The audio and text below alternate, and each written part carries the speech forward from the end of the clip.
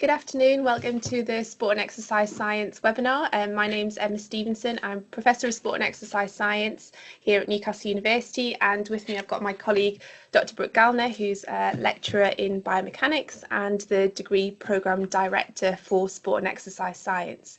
So we're just going to talk through some slides first of all, just to give you an overview of the programme, and then there'll be an opportunity for Q&A after the short presentation.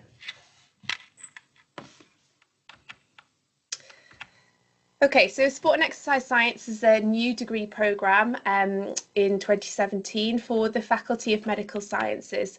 And this is the first Sport and Exercise Science degree to be based in a medical school in the UK. So it's been a fantastic opportunity to be able to write a very current and novel programme with a very strong scientific focus. So we very much draw on the expertise within the faculty to develop this programme, and we're supported by fantastic research institutes within the faculty as well.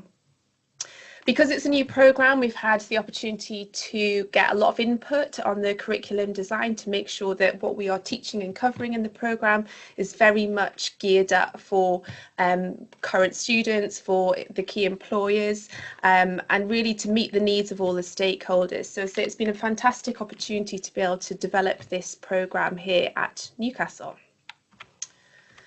So just to talk through the content of the programme first of all, so the first year of the programme very much is about the foundation knowledge and skills that our students will need as they go through sport and exercise science. So we're very aware that people come in from different backgrounds, so we just want to make sure that everybody is up to speed with all the key scientific principles that we will teach throughout the programme. The second year is very much about the application of those scientific principles to different sport and exercise paradigms. So we talk a lot about human performance and elite athletes, but also about how sport and exercise can be used in the treatment and prevention of disease as well. So the full spectrum from elite athletes through to patient populations. And then the final year of the programme is a little bit different maybe to what you would see at other institutions, because we've taken a very multidisciplinary approach to the final year teaching. So this is really based on our feedback from our kind of key stakeholders to say that sport and exercise science students need to understand how all the different disciplines work together to support an athlete or a patient. So it's very much bringing together all the things that you've learnt in the first and second year and applying those to specific populations. The final year we also have a research project which I'll talk about in a later slide.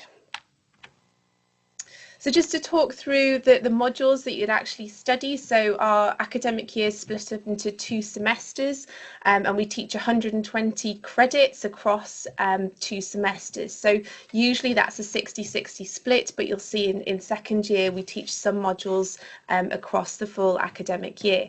So semester 1 starts with sport and exercise, an introduction to sport and exercise psychology, human physiology and practical skills, so getting you straight into the lab for the practical aspects of the programme as soon as you start in your first year, and then principles of exercise, nutrition and health. In second semester then we move on to study anatomy, bioenergetics, which is the biochemistry behind exercise and sport, and an introduction to biomechanics.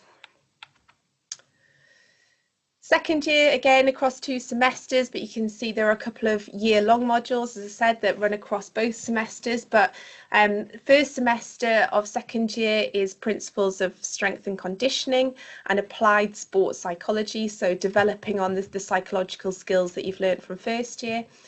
Semester 2 we have exercise physiology, so again that continuum from human physiology in first year and applied biomechanics, and then we have our 2 year-long modules which are applied sport and exercise nutrition and research methods in sport and exercise science, and this is really to gear you up for that final year project.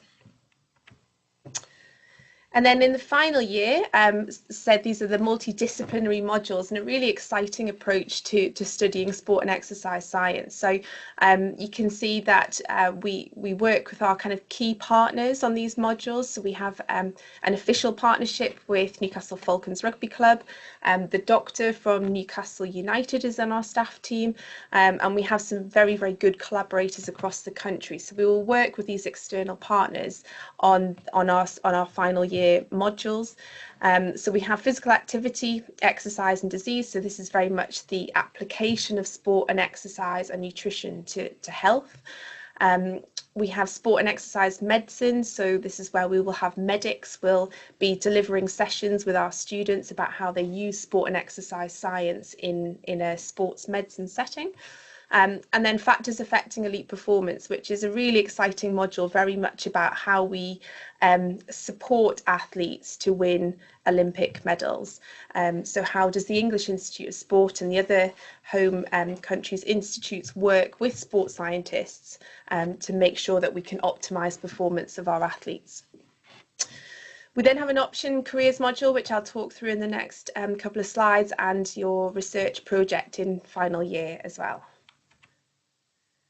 So the option modules are very career focused, and you can see that there are 4 different modules that you can choose from, and this really depends on I guess what stage of your decision making for your career that you're at. So some of the modules are very much geared to those that maybe need a bit more support in things like CV writing or interview skills, but you can see that there are a couple of modules there that are very focused around entrepreneurship. So if you think that you might want to start your own business, or you already have your own business that you want to further develop, it might be that you would choose to do a module that's much more around entrepreneurship as your option.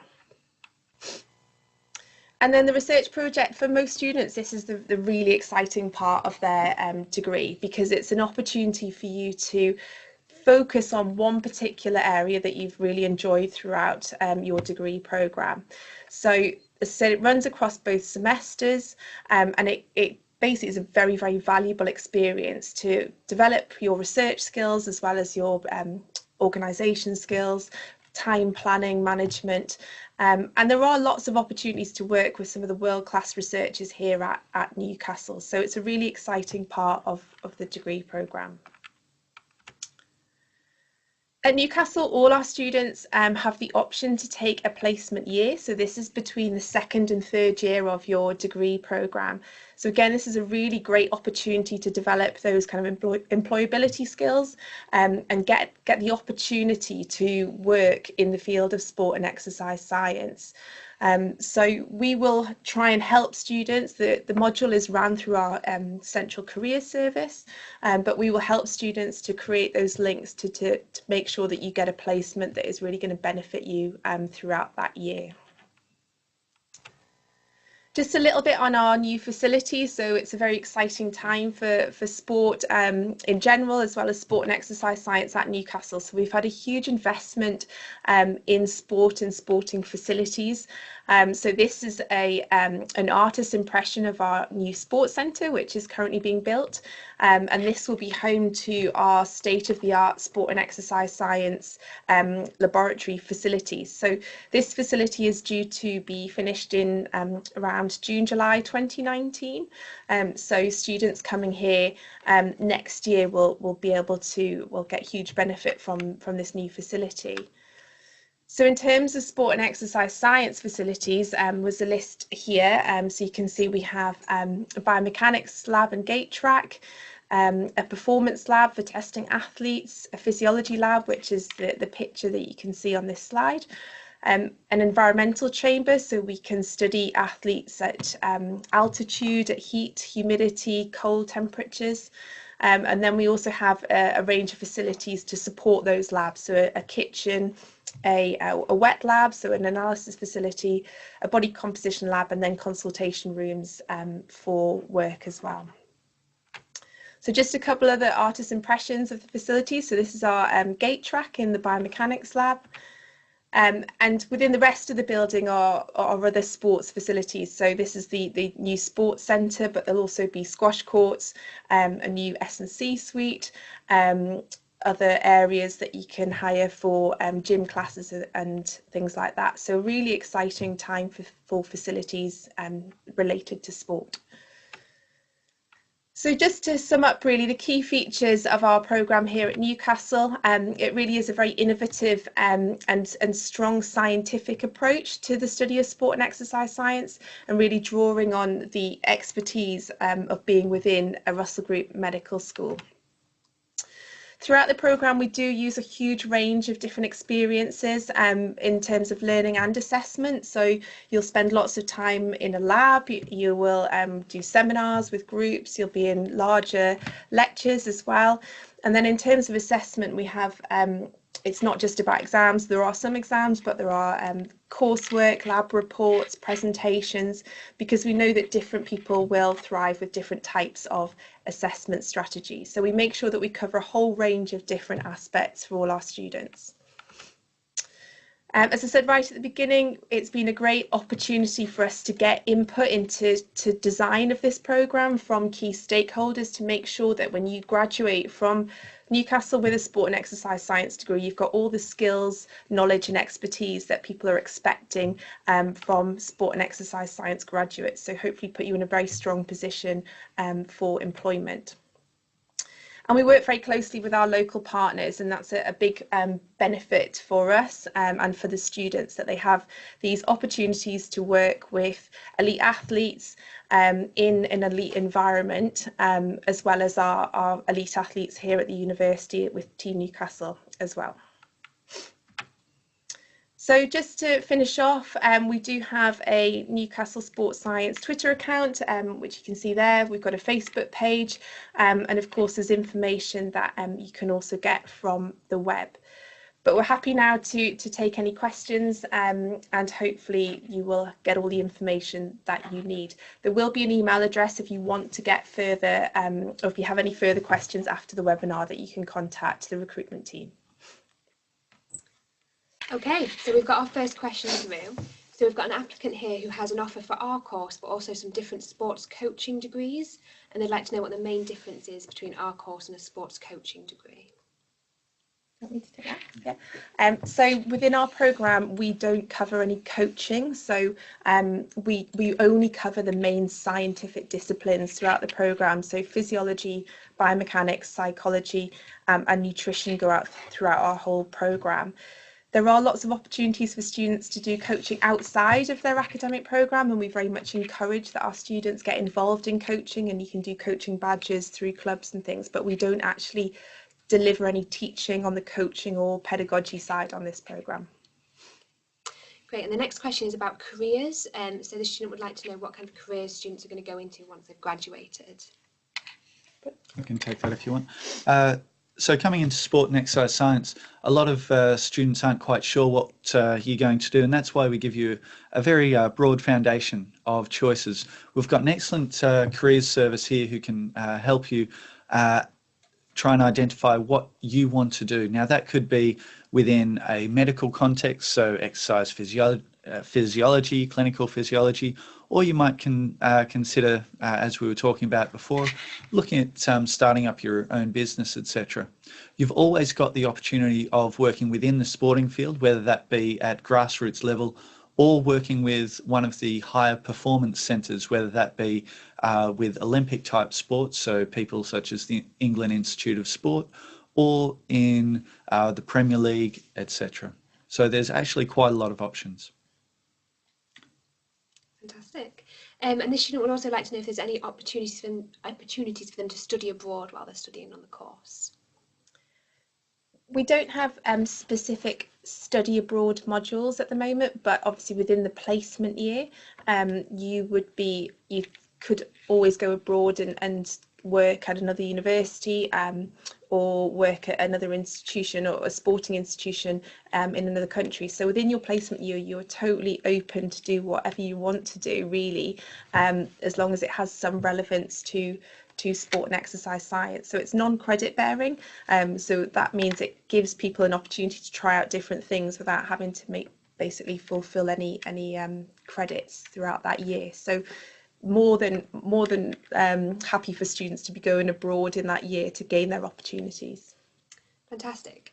And at what point do the students have to decide that they want to take the placement year? Do they have to decide at the start of the course, or can they decide later on? Yeah, no, students can decide as they're going through their second year of their programme. So you don't have to decide when you join us in first year. And what we will do throughout the first and second year of the programme is talk to you about what the opportunities are, set up opportunities with the career service so they can talk through what the placement year entails.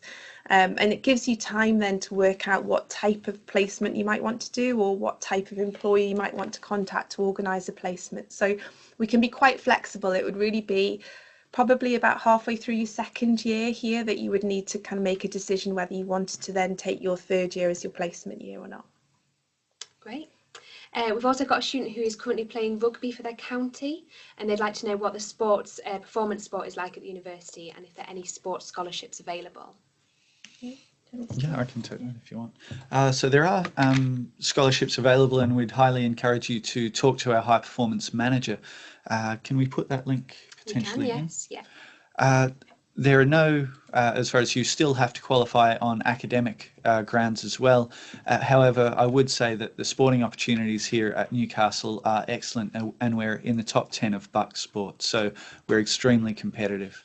The rugby team specifically is extremely good, and the coach is fantastic as well as the squad, so I think you'd fit in very well.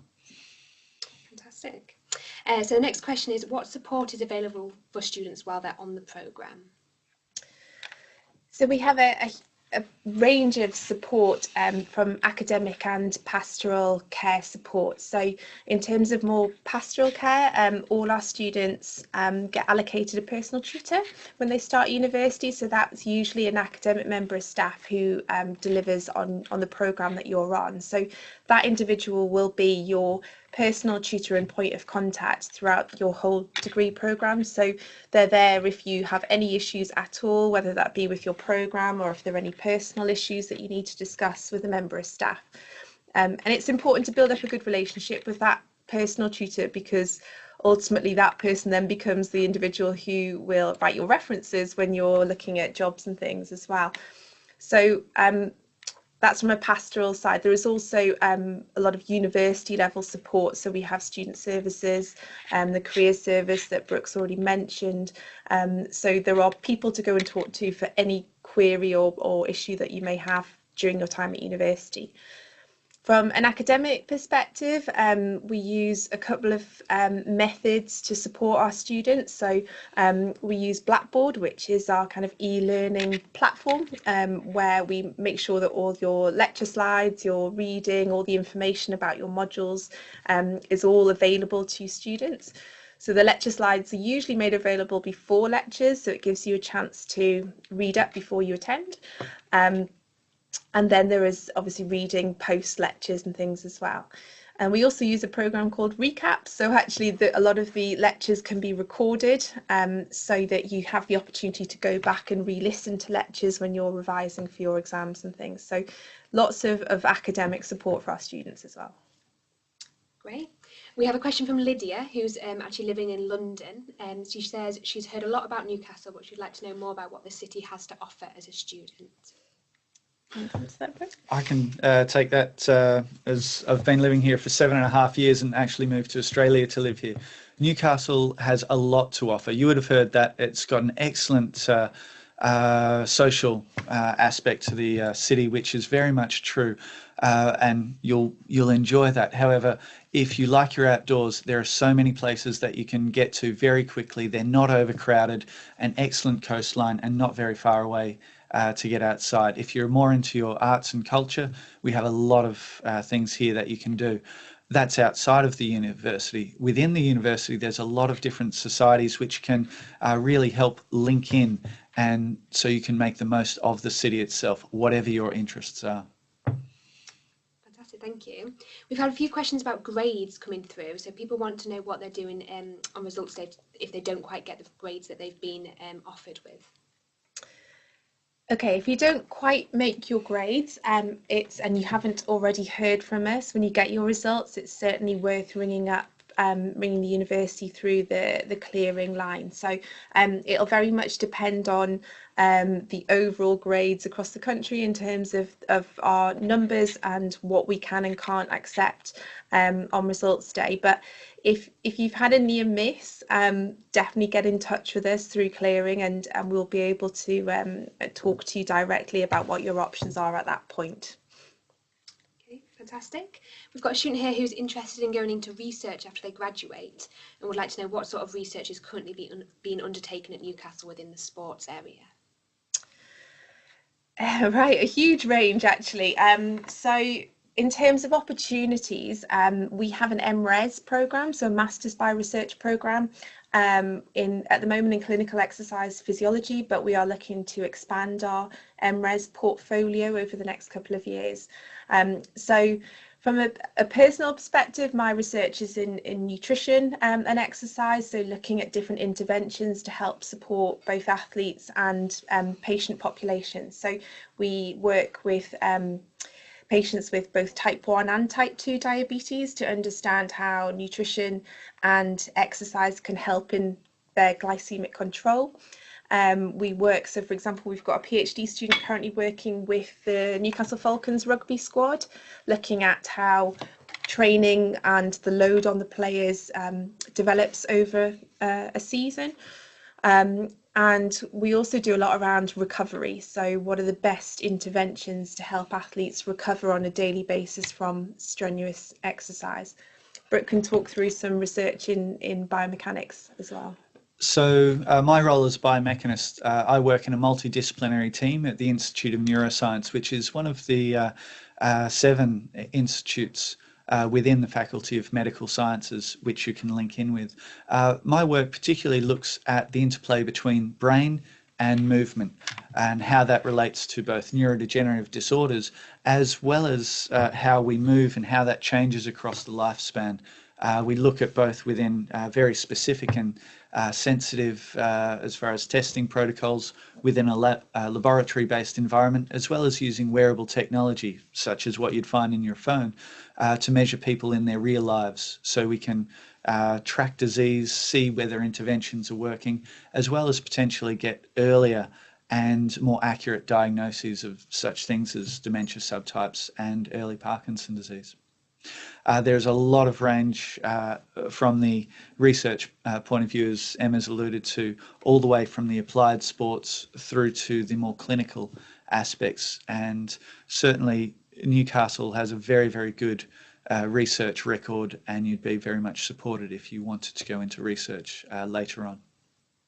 Great, thank you. So we've had 2 questions about the size of the course and how many places are available each year and how close the cohort are as well.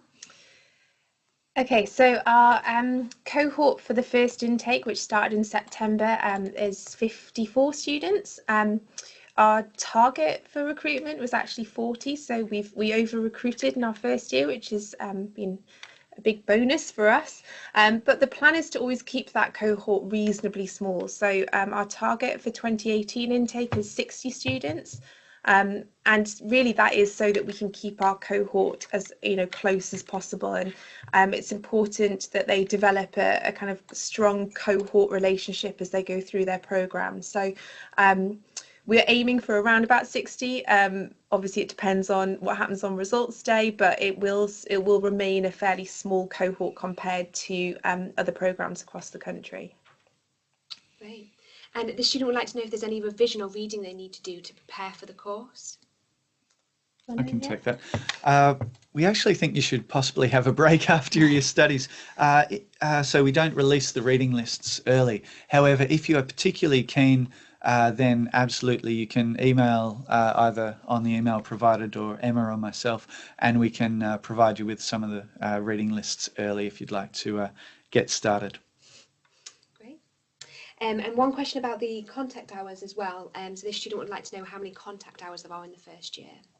Okay, so within the first year, there's approximately 200 contact hours, although that ranges from different modules, and that contact will be from lectures. It will also be practical sessions. We also put on optional sessions where you can actually interact with industry partners such as the Newcastle Falcons, and also different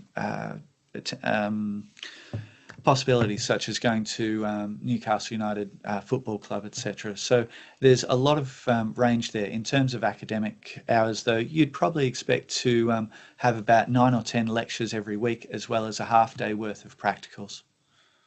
Great, thank you. So I think this might be the final question, unless any others come through. So Sophie would like to know some examples of places where students might go on their placement year.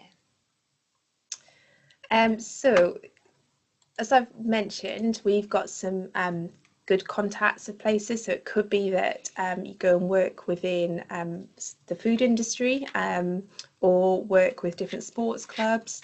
You could go and work within a school setting if you wanted to, or possibly within another higher education setting as well. Lots of students in our current first year have actually already come to us and said that they have contacts themselves, and that's absolutely fine. That's great as well. So we will do our best to provide you with some contacts in those types of areas, but as I say, if you've got your own contacts or things that you'd like to do, that you'd like to go abroad maybe, then we will support you to do that and try and facilitate that process. But yeah, basically sports clubs, schools, higher education, and industry would be the main areas where we'd see placement opportunities developing. Got one more question. So what is a typical day like for students? How many hours of lectures and seminars would you have each day? There is no typical day really. Every day is probably quite different in terms of your timetable. So students should really do you want to?